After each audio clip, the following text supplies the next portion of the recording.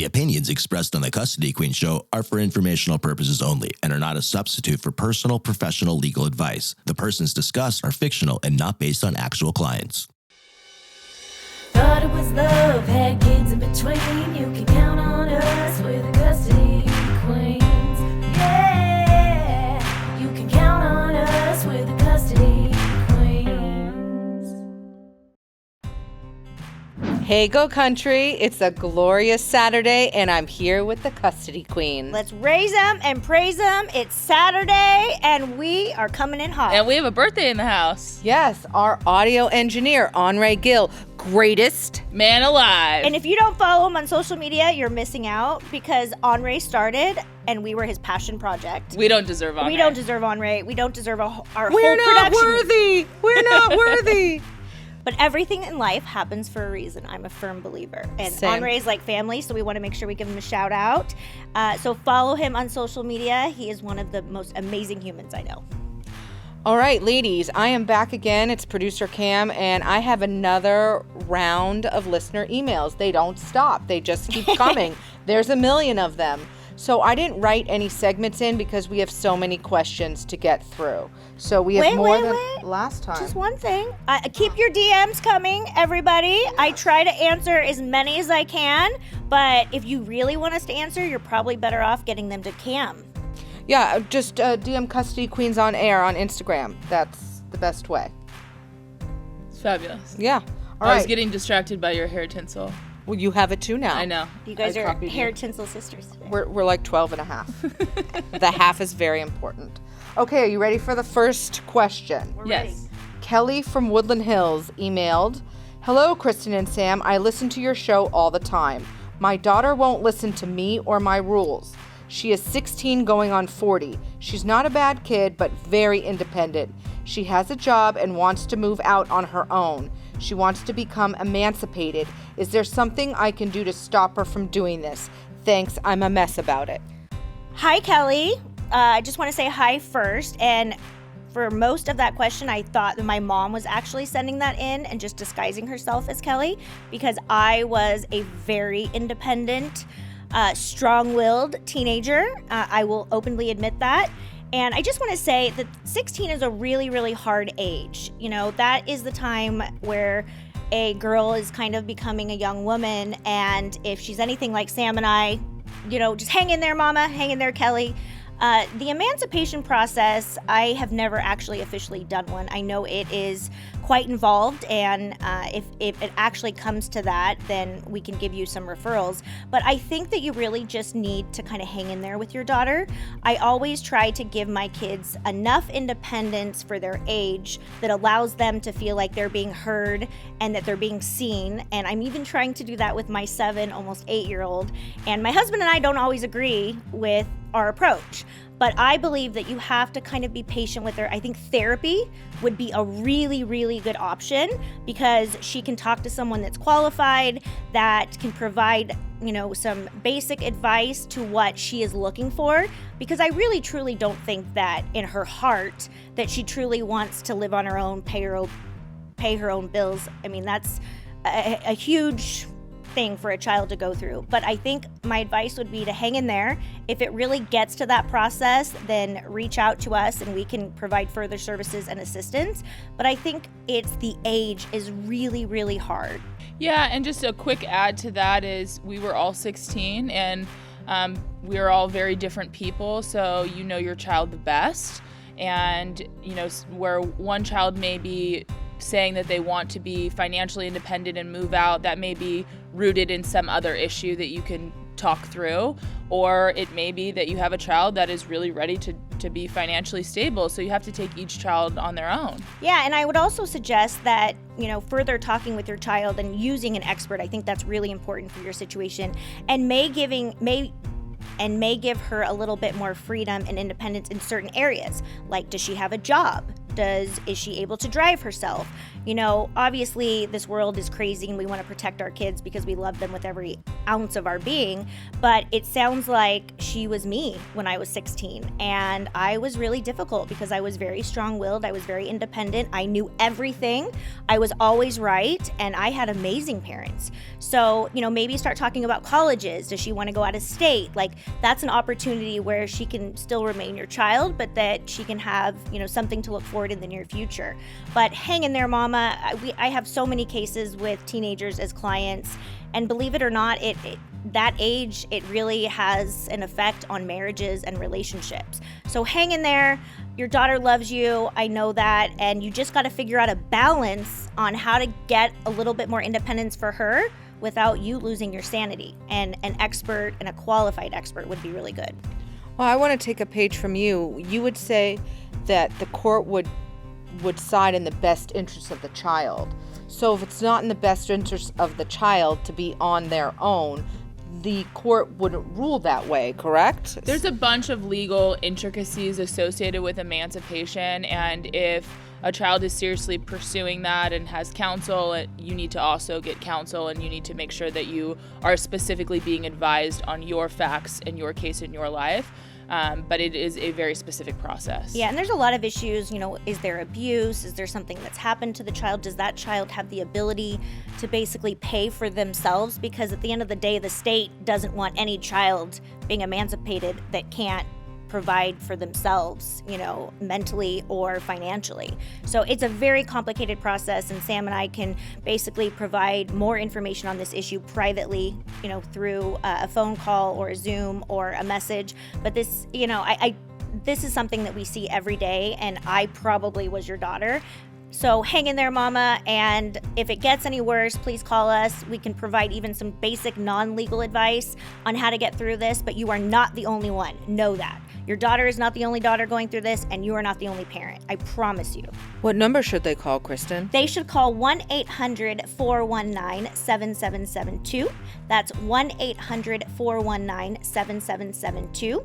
And you can also DM us at Custody Queens on Air, and you can set up a time to talk to Sam and I. And we can do it Zoom, in person, over the phone. And if we can't provide exactly what you need, and if you do need counsel, if it gets to that point, if we can't provide it, I will make sure that we give you some referrals to get the best representation for you. Excellent. Now, Kristen, this next one's for you. And yes, I really am the short.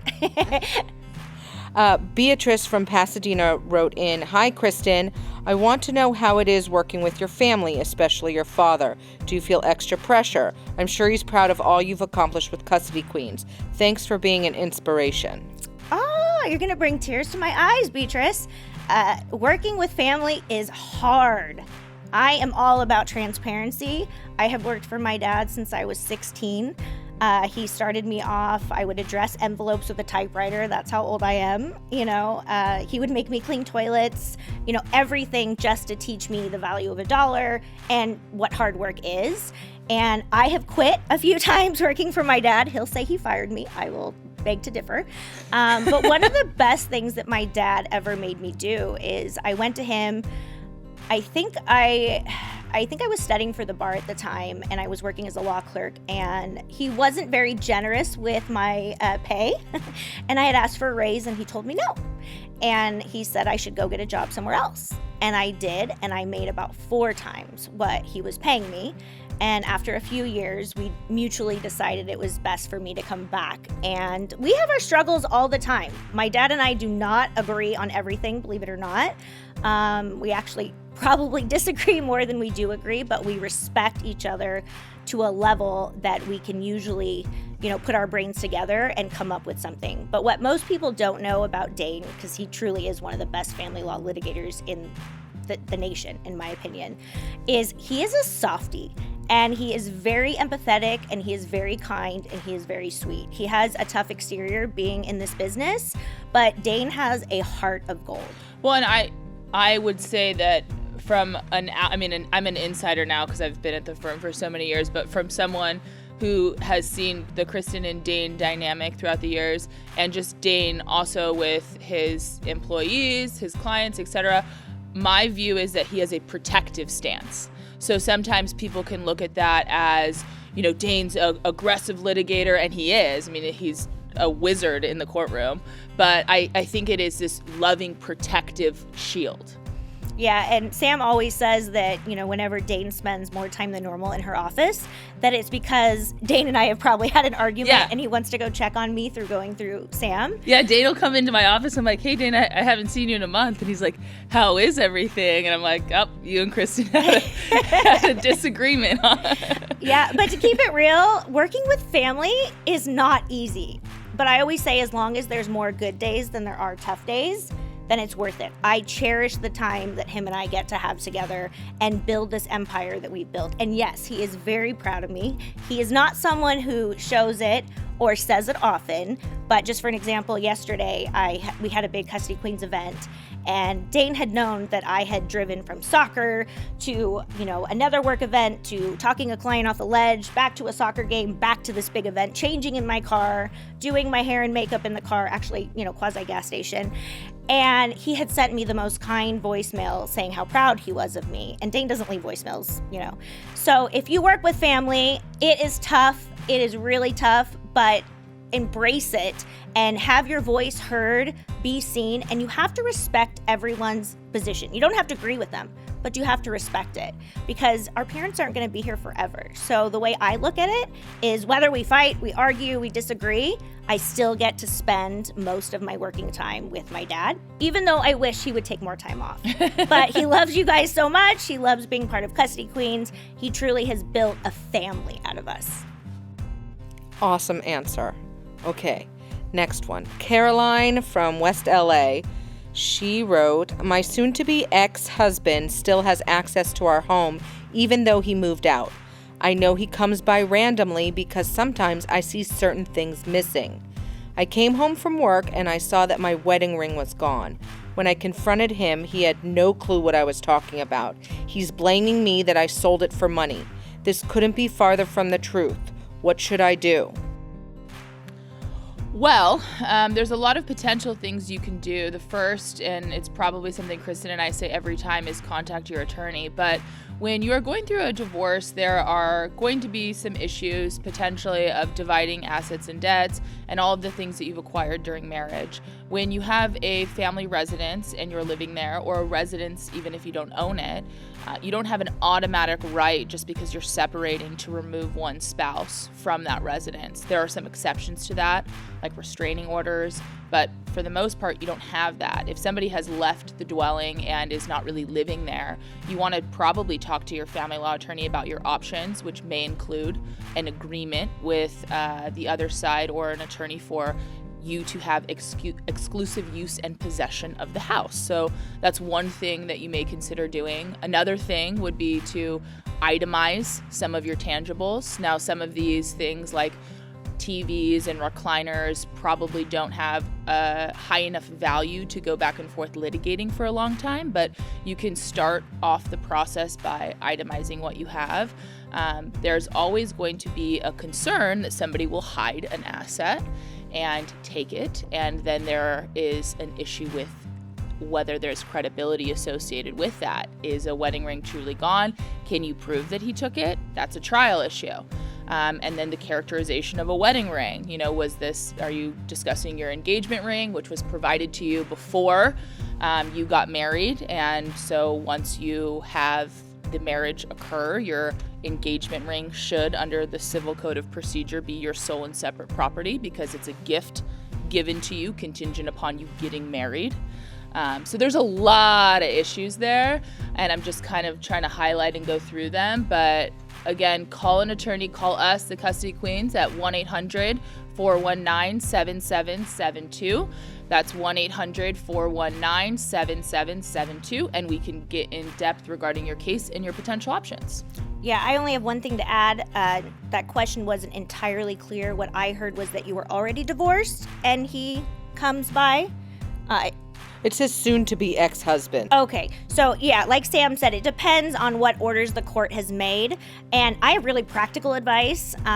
Get a ring, have your front door with a camera, get one on your back door. Nowadays you can literally get cameras on Amazon for $35. I have a few of them just in different, on different doors, usually to check my Amazon boxes, try to hide them from my husband. It's not working. But that's just practical. The only way you're going to prove someone did something is, to get the camera. Then you can use that at trial as an exhibit. If the ring is worth $100,000, clearly it's worth fighting for. But, maybe you want to get a safe deposit box. It depends where you are at in the process, because you don't want to violate an order. The ATROs go into effect, which are the automatic temporary restraining orders for, for assets and property and anything really of any value. People don't want to sell, expensive things to their brother to try to hide it. But it's a complicated issue, and it really depends on where you're at in the process. And if he's moved out, then you would want to talk to your attorney about seeing if he'd sign an agreement for exclusive use and possession of the residence, which would limit his coming to the residence to any exchanges of the children if that's an issue. And you wouldn't make a police report for it, correct? Or you would? If the wedding ring was of significant value, I would tell my client, because you want it documented, that and it may be an issue for insurance issues too, if it really was stolen. And it's going to be dependent on what orders are currently in place or not, because you may be in a preliminary stage where if you're not yet at trial and you haven't yet characterized it, or the court hasn't made an order, then it could lawfully be in someone's possession. Whether they've sold it or withholding it would be a different issue. Yeah, and last thing, I know Cam's trying to have me finish this, but the last thing is, if he has moved out and he's moved his belongings and it's been a period of time and he wouldn't have a reason to need to come back to the house, you could change the locks. I wouldn't do that until I contacted an attorney and found out what are the potential consequences of me doing that, if any. I always give my clients the information, let them know what the potential consequences are and what they could face by doing that. But again, depending what orders have been made, what status of the case you're in, what disposition, my advice would differ. But I think getting a ring, doorbell, and I think potentially talking about an attorney, seeing if you can get exclusive use and have it made an order, and that would probably solve some of your problems right there. Right. Good. Great answer. Sam, this next one's for you. Okay. Matthew from Westchester. Hi, Matthew. Yes, wrote in, "Hey, ladies. I've caught a few of your shows and went on your Instagram to check y'all out. Sam, you really are tall. Is it hard to date being that tall?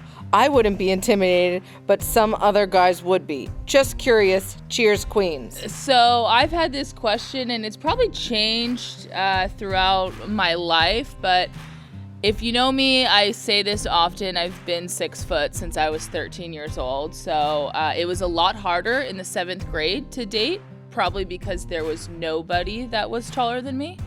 But as the years have gone on, it's become a little easier, but it's been a challenge. But I dated a guy for a pretty 10 years that was 5'7", so Oh, okay. I always say we're all the same height laying down. Oh, okay. Yeah, and Sam has an amazing boyfriend, and He's 6'4". I was just gonna say we've recovered. He's definitely taller, but I've seen Sam over the last 9 years date people that were all different heights, and Sam owns it. She knows her value, she knows what she's worth, she knows who she is as a woman, and love is love. It That's doesn't right. necessarily depend on what someone looks like. I always say that you gotta be friends with your partner. That's so much more important than anything else. Agreed. All right, moving on. Cynthia from Simi Valley wrote in, "Hey, ladies, I love your show. I have a question. My sister is getting divorced and the judge ordered supervised visits for her husband. Who pays for the visitation monitor? Thanks, queens." We had a show, Allison, with Caring Hands. We had a show with her about visitation monitors. So Yeah, generally, we use that term super loosely.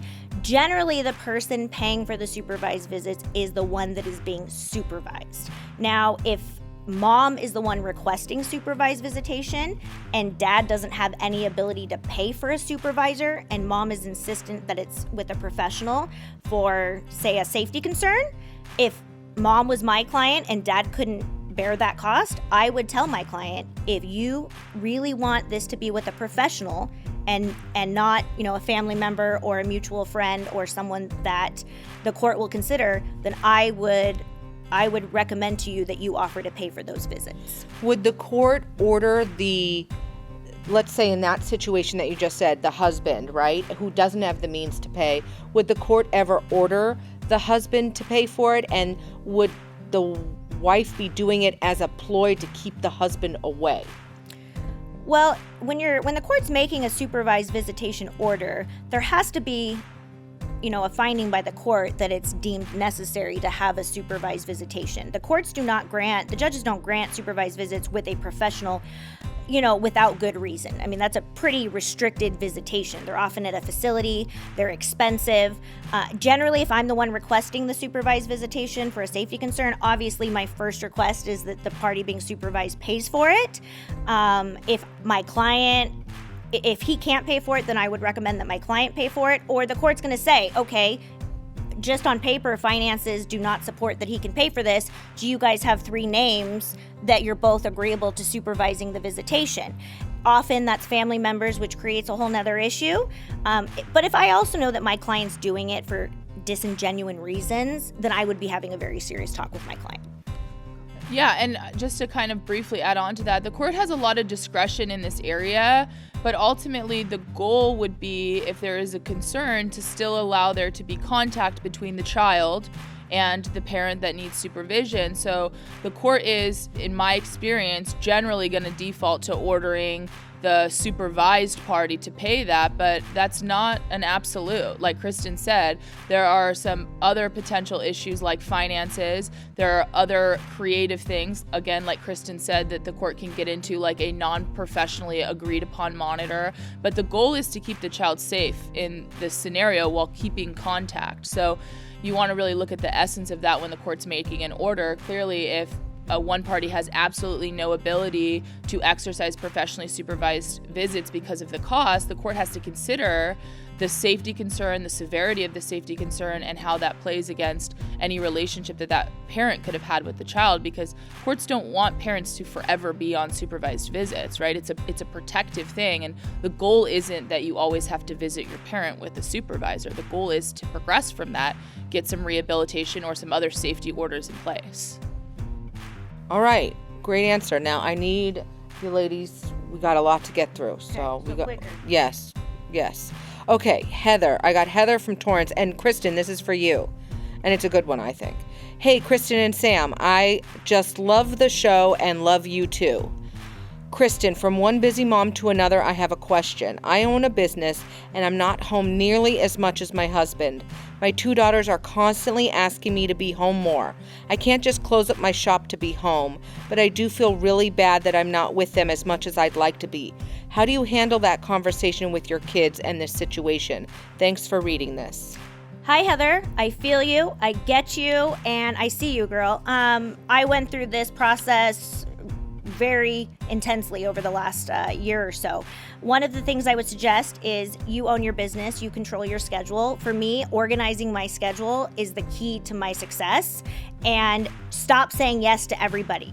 Do what you need to do for the growth and the income of your business to support your family, but you do not have to say yes to everything. Also, your kids don't need you to be perfect. They need you to be present, and when you are present, get off your phone.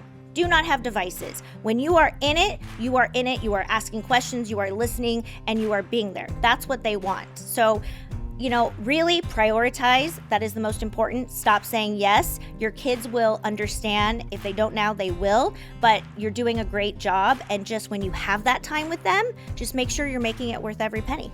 That's a great answer. I really feel that, because any working mom feels that. The mom guilt is real. It is real, very. All right, Gerald from Riverside emailed, Hi, Custody Queens. My ex-wife keeps breaking the court order in regards to contacting me outside of the Family Wizard app. She calls my phone, she FaceTimes me, and she emails me. I documented all of this. I brought it up in our last court hearing, and it wasn't even addressed. Why have a court order that says we need to keep all communication within an app if no one's going to regulate it? What can I do at this point? Thanks for any advice. So it's kind of a frustrating area of law in general, is the communication between co-parents, and the first thing is whether or not you have a court order for it. The enforcement of that court order is sometimes frustrating, but just because someone is not necessarily following the court order doesn't mean you don't have an obligation to. And a lot of times people get frustrated that they feel a court isn't doing anything about it, and the answer may be that the court's not doing anything about it in that moment, or there may be more pressing issues to deal with. But there are some tips and tricks that Kristen and I would probably tell you about redirecting and standing your ground to ensure that that court order is enforced. So don't answer the call unless it's an emergency. Let it go to voicemail. If you are responding to a message, say, I've received your message. There is a court order for talking parents. I'm going to answer your message there. Right? And direct all the communication that way. Now, practically speaking, that may not always work, but if somebody understands your boundary and realizes, look, they're not going to have access to you by texting you or calling you, then they're probably a little more likely to communicate through talking parents. But if you start saying, well, they're not listening to it, so then I emailed them back or I texted them back, then you're going to put yourself in a situation where, are you helping that court order not keep its integrity? Or are you not able to demonstrate that to a court? Also, often courts don't do things right away, right as quickly as we want them to. So we want to help educate our clients in the real life practical things. And Kristen taught me this as a young attorney, the practicality of your court orders and how you can try to enforce them outside of court. Yeah, take care of your side of the street with every order, whether it's something as simple as communicating on Our Family Wizard or Talking Parents. You take care of your side of the street. Do not start mimicking or retaliating or doing what the other party is doing because they're doing it. And a great way, I'll make this very simple.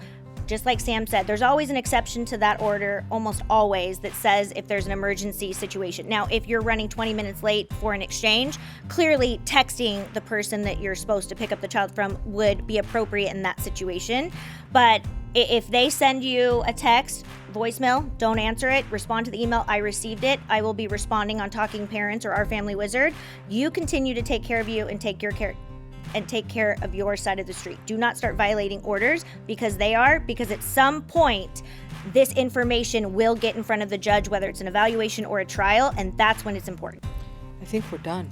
I think we're out of time, ladies. How fast does that go? I think we need to do another episode because I see so many more questions on there. So but I think will. we should just do another one. Just keep giving them to me, and I'll make more listener email shows because everybody has questions. And guys, these are my favorite episodes because we get to share a little bit about who we are and we get to know you guys better. So thank you for your questions. Sam and I appreciate it. We love you guys. Custody Queens is what it is because of your support. You can call us for a consult at 1-800-419-7772. That's 1-800-419-7772. You can follow us on social media at Custody Queens on Air. I am Custody Queen Kristen, and Sam is super original at Samantha McBride. You can also fill out a form on our website to set up a consult with our intake team. Thank you guys, and thank you, Cam, again for coming to our show. And we will tune in next Saturday at 8:30 a.m. for a new show. Yes. So thank you, Go Country listeners, for joining us this Saturday and every Saturday. We look forward to next Saturday. And remember, Let love